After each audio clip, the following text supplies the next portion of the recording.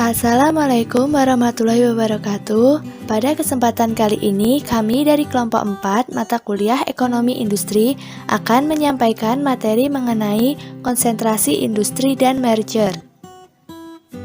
Sebelumnya, perkenalkan anggota kelompok kami yang pertama, Atikah Putri dengan NIM 204, Firkita Agustina NIM 219, Suliarti Kristiro Wulandari NIM 230, dan MN Fuadi Azaki dengan NIM 241.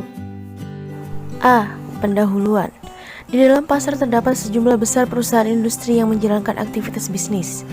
Namun, dilihat dari segi perilaku bisnis yang mereka jalankan, tampaknya tidak sesuai dengan andaian-andaian yang terdapat dalam struktur pasar persaingan sempurna. Banyak perusahaan yang beroperasi di dalam pasar, namun demikian beberapa di antara mereka menjadi sebagian besar output pasar, atau dengan kata lain beberapa di antara mereka menjadi monopolis untuk output mereka sendiri. B. Batasan istilah. Konsentrasi industri adalah situasi yang memperlihatkan derajat penguasaan pasar oleh perusahaan-perusahaan industri yang berada di dalam pasar. Masing-masing jenis struktur pasar adalah memiliki derajat konsentrasi penguasaan pasar yang berbeda-beda sesuai dengan jenis struktur pasar yang mereka miliki.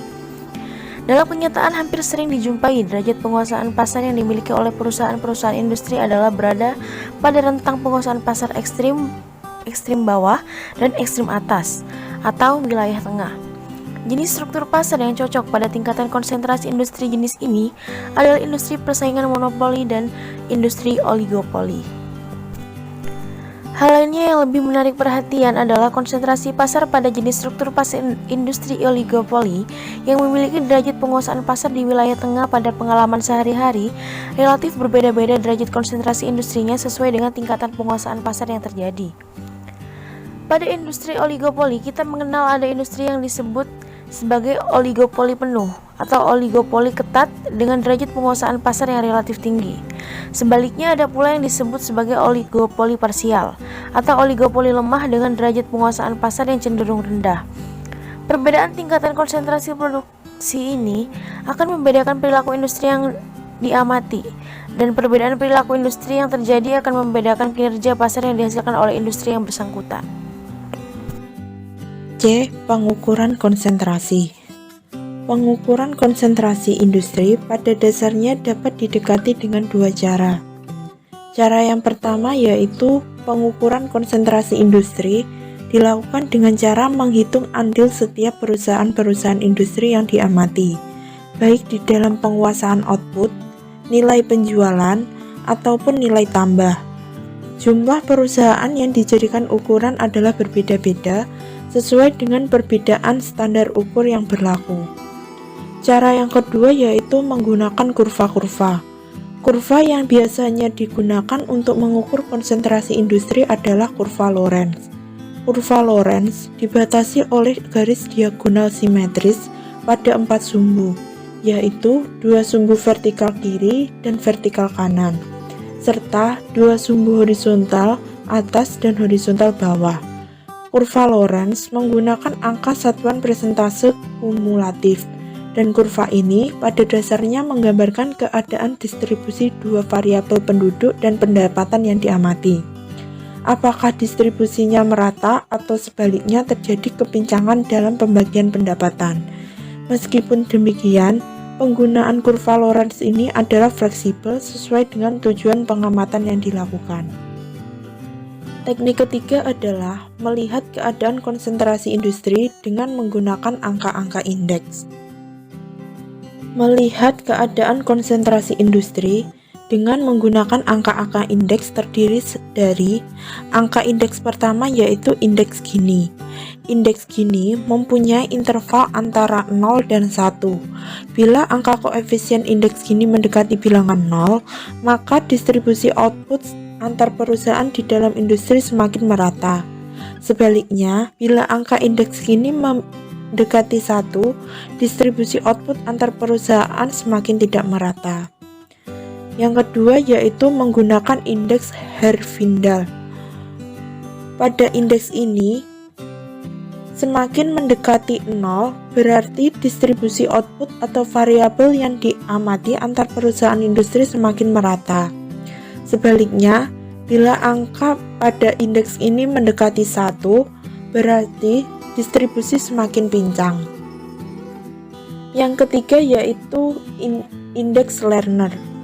Teori ekonomi indeks Lerner digunakan oleh para ahli ekonomi guna mengukur derajat kekuatan industri monopoli di dalam memperoleh keuntungan pasar. Lerner membandingkan antara harga jual yang berlaku dengan ongkos marginal yang dikeluarkan di dalam proses produksi. D. Penyebab konsentrasi. Hasibuan menyatakan kembali pandangan Daniel-Schweitzer pada tahun 1984 yang menjelaskan ada beberapa faktor yang menyebabkan terjadinya konsentrasi industri, yaitu pertama, faktor nasib baik. Di dalam kajian industri diilustrasikan sebagai hanya terdapat beberapa perusahaan saja yang tertarik melakukan kegiatan investasi. Sementara itu, di lain pihak perusahaan-perusahaan industri lainnya tidak tertarik memasuki pasar dikarenakan jumlah dana investasi yang harus dikeluarkan relatif tinggi ataupun tingkat keuntungan yang akan diperoleh calon pesaing adalah rendah.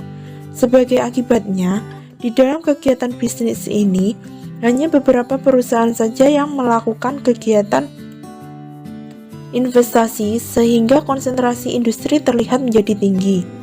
Dan beberapa perusahaan tersebut pada akhirnya dominan di dalam pasar. Faktor keadaan skala ekonomis industri juga dapat menyebabkan terjadinya perbedaan konsentrasi industri.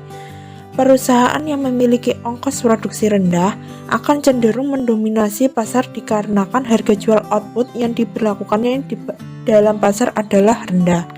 Begitu juga halnya bagi perusahaan industri yang memiliki skala produksi yang besar, maka perusahaan tersebut cenderung dapat memenuhi permintaan pasar yang besar. Selanjutnya, faktor kemajuan teknologi dapat memperluas pasar bagi output perusahaan yang mapan. Perusahaan yang mapan memiliki teknologi produksi yang lebih unggul dibandingkan dengan para pesaingnya.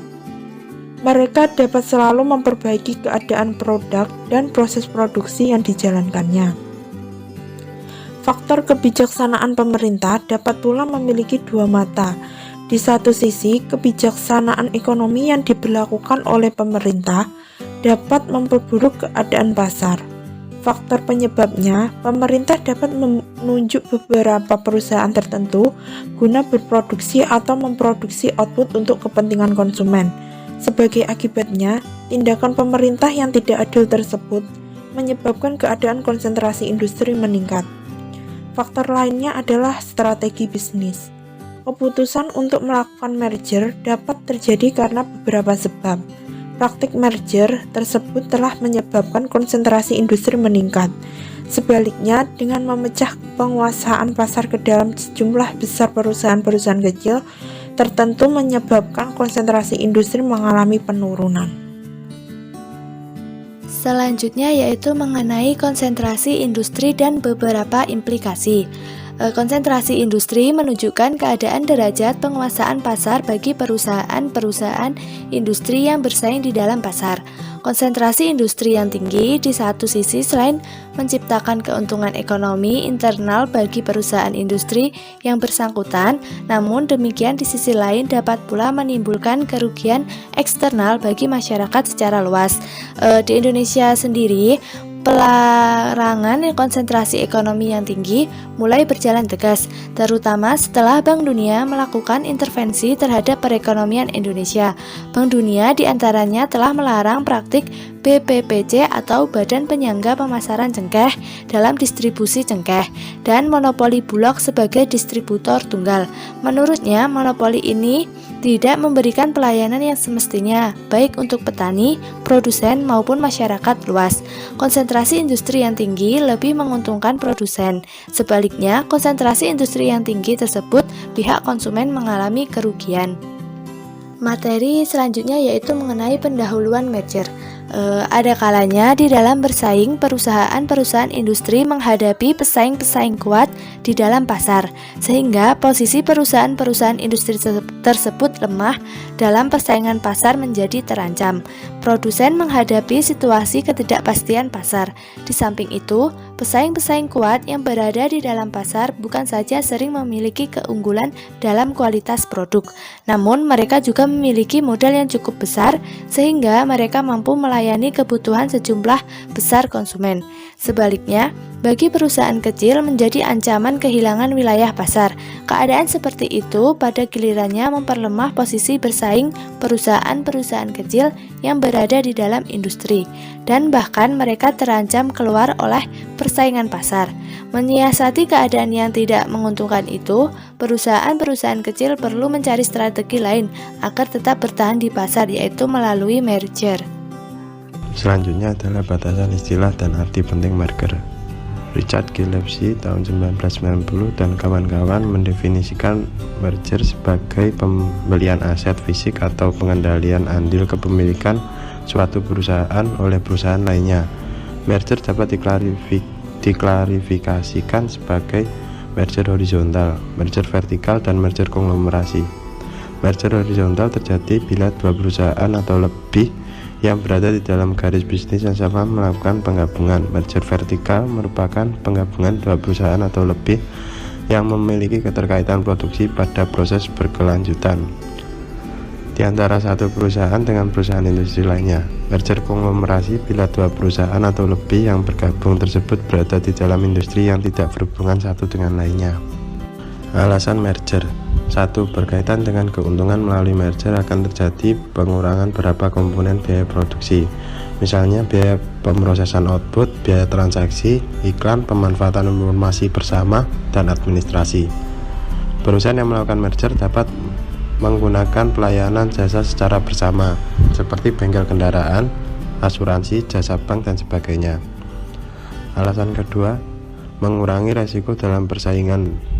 Para pesaing yang terdapat di dalam pasar adalah berada dalam situasi yang tidak pasti akibat terjadinya persaingan harga yang ketat. Oleh karena itu, agar posisi perusahaan-perusahaan lemah menjadi aman, maka mereka melakukan merger. 3. Meningkatkan pertumbuhan perusahaan-perusahaan yang bergabung, tentunya mengharapkan kinerja perusahaan mereka semakin lama semakin baik. Yang keempat, untuk mendominasi pasar. Perusahaan-perusahaan yang besar tentunya mampu menguasai pasar.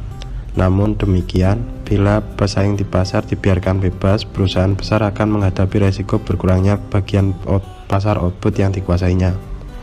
Dengan merger, konsentrasi industri meningkat sehingga perusahaan menjadi semakin dominan. Yang kelima, integrasi.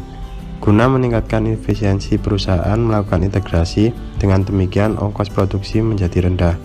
Kemudian harga jual rendah sehingga meningkatkan harga saing produk perusahaan yang bersangkutan.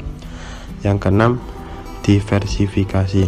Dengan diversifikasi konglomerasi, pada dasarnya perusahaan berusaha menyebarkan risiko di dalam kegiatan bisnis yang dijalankan. Sekian yang dapat kelompok kami sampaikan. Jika ada kurang lebihnya kami mohon maaf. Akhir kata, wassalamualaikum warahmatullahi wabarakatuh.